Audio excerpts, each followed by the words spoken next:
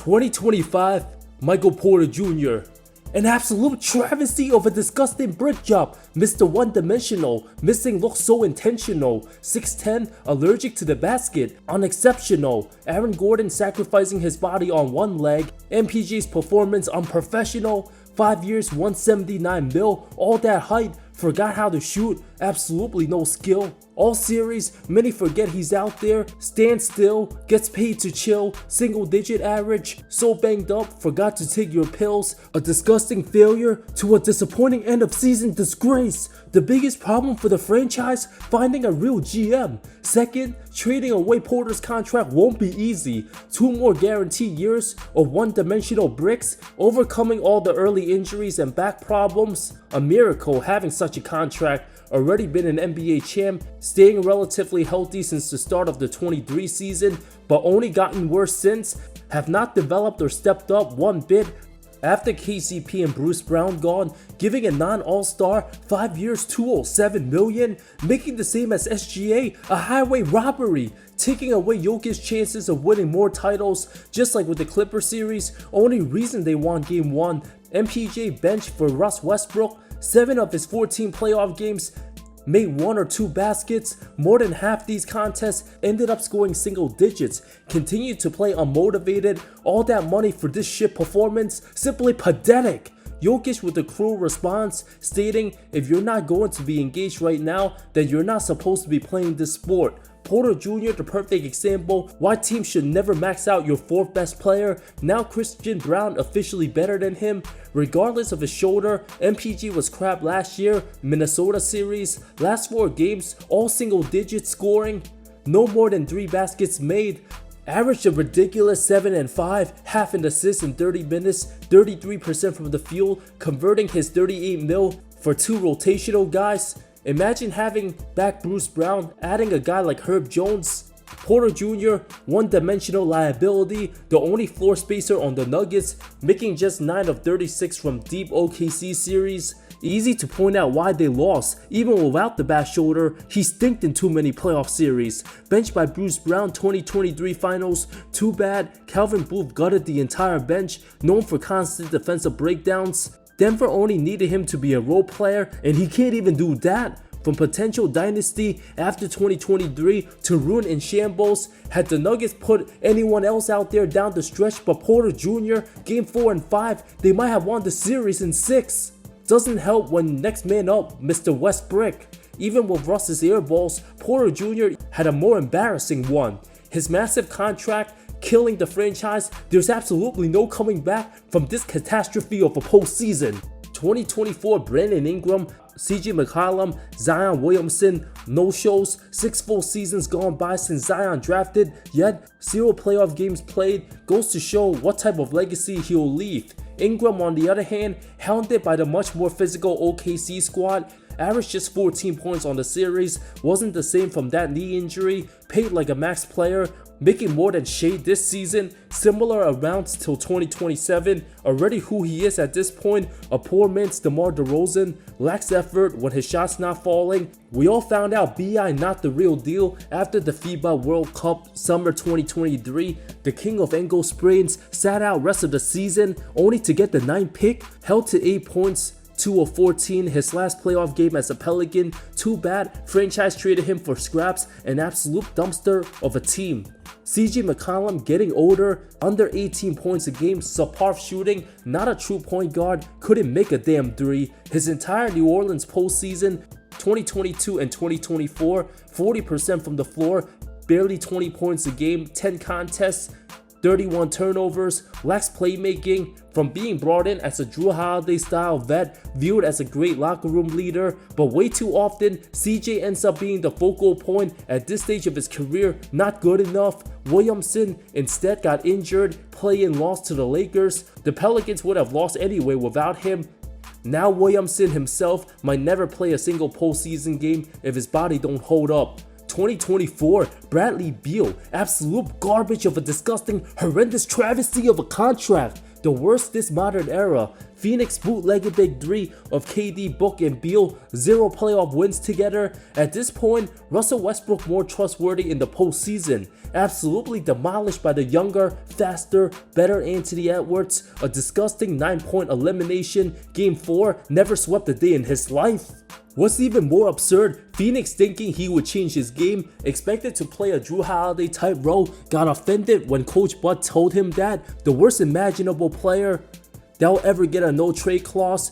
Mark Burtonstein belongs in the NBA Hall of Fame agents, the same man getting Michael Poo Poo Porter paid. Beal's biggest accomplishment, being a 30-point empty stats bad team guy, the reason why Phoenix couldn't trade for anybody. This man won't allow it. Teams should have never traded away CP3, who came off playing all 82 games at 39 years old. Beal missed a combined 58 games with injuries, 2 seasons in the Valley, a toxic presence in the locker room, ruining Kevin Durant's legacy more, the type of player who's all about the bag, allergic to competing for a serious team.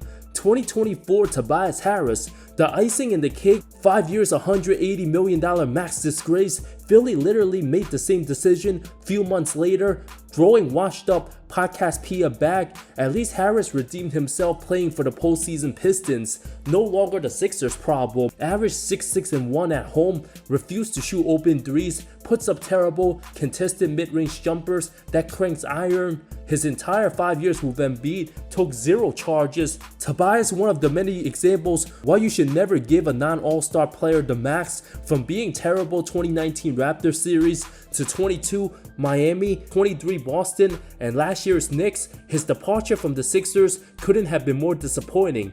2023 Klay Thompson, the 4-time champ, gets the benefit of the doubt, absolutely doesn't belong on the list filled with most of these ringless players, proving himself in countless playoff runs. But after 2019, post ACL and Achilles tear, Splash Brother number 2 never the same. His confidence in his abilities made him the player he once was. As a competitor, still believes he has it, but the reality is, lost too much quickness, doesn't have the defense or legs to be consistent, and still believing he's all-star caliber. When delusional meets reality, Klay's belief in himself cost Steph Curry a chance at a 5th title, repeatedly breaking every big shot.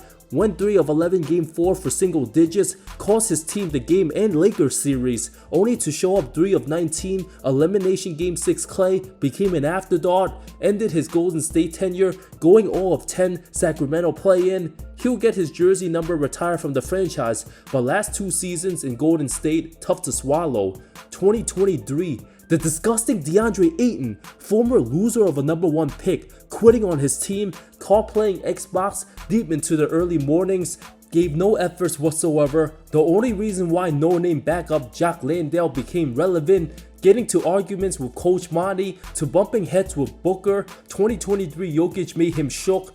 DA's lack of passion for the game, only reason why he would never become an all-star. Super underachiever, waste of talent. The fact that he was picked above Luka will never sit right. Cited his definition of NBA success, getting a second contract, literally stopped caring ever since. Thankfully for the Pacers, Phoenix matched their offer, only to sabotage the franchise, dealt for the inferior use of Nurkic, who ended up getting traded for a guy named Nick Richards, one of the few men to hit the genetic lottery, guaranteed to make millions, blessed with that height and a bit of athleticism, just skilled enough, doing the absolute minimum to get by. James Harden shot the bed both 22 and 23 playoffs, also 25 playoffs, but he's no longer a minimum guy. Every playoff's just a typical annual tradition. Embiid included both times too, always injured, terrible conditioning habits, gasses out by the postseason. All that regular season dominance don't mean a thing if you can't contend for a title. Besides Embiid being a second round virgin, Harden himself only been out the second round 1 time in the last decade. Constantly disengaged the deeper games against real contenders, a miserable choke job of an 11-point, 9-shot attempt game 6, outplayed by Jimmy Butler and Max Strus. Jimmy by himself outscored Embiid and Harden combined. Many gave the Beard a pass given his recovery from the hamstring injury, but 7 of 27 combined, game 6 and 7 lost to Boston the following year, simply unexcusable. 9 points, game 7 blowout. He might be a top 15 regular season player all time. Every time he drops 40 in a game in January, many dare to argue he's better than Dwayne Wade. F out of here with that nonsense. He's no longer on a max contract, but having officially lost a Game 7 on 4 different teams, he might have to shave off his beard at this point. Choke, 7 of 25 Game 6 Miami. The disgraceful MVP failed to close out Game 6. 15 points, 5 of 18 Game 7. Locked up by Al Horford. Even dating back to 2021 Atlanta series. 16 combined turnovers. Game 6 and 7 loss. Continued to rely on whistles instead of playing the game fairly. His best days might already be behind him.